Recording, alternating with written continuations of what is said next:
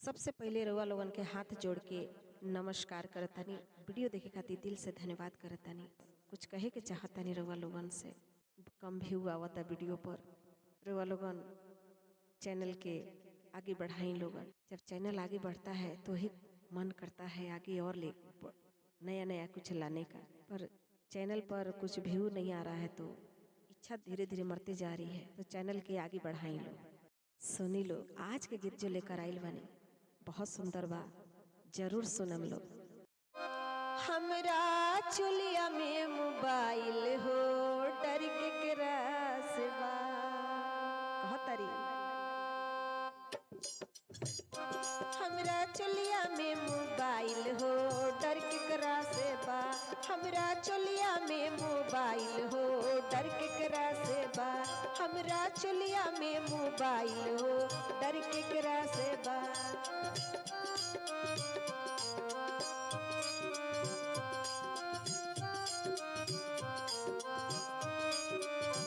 कहतरी एक जे डर रहे हमारा ससुर से, एक जे डर रहे हमारा ससुर से, हमारा ससुर से हो हमारा ससुर से। वो तो कैले खरी हनवा हो डर केकरा से बा। वो तो कैले खरी हनवा हो डर केकरा से बा।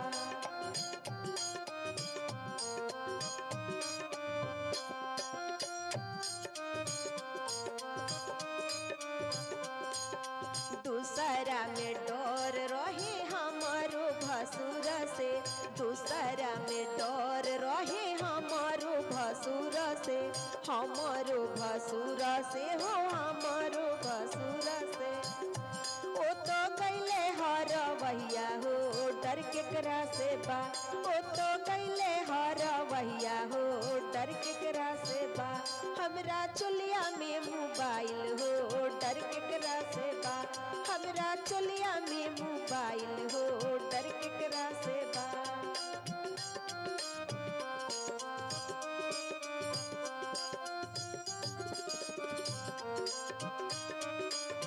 कहतरी तीसरा में डर बाटे हमारो देवर से, तीसरा में डर बाटे हमारो देवर से, हमारो देवर से हो हमारो देवर से।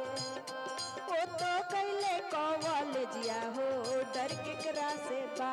ओ तो कैले कॉलेजिया हो डर केकरा से बा।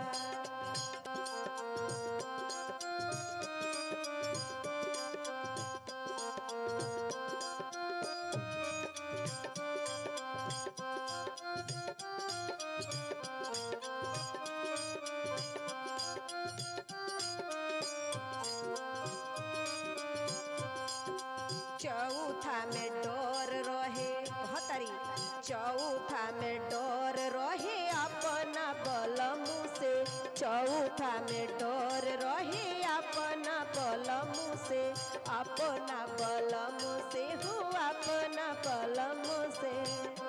ओ तो कैले विदेशवा हो डर केकरा से बा। ओ तो कैले विदेशवा हो डर केकरा से बा।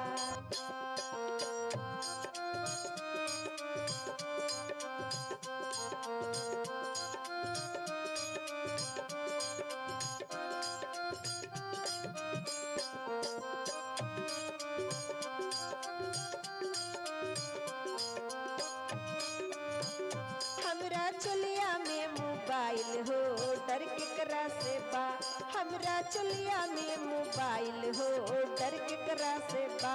हमरा चुलिया में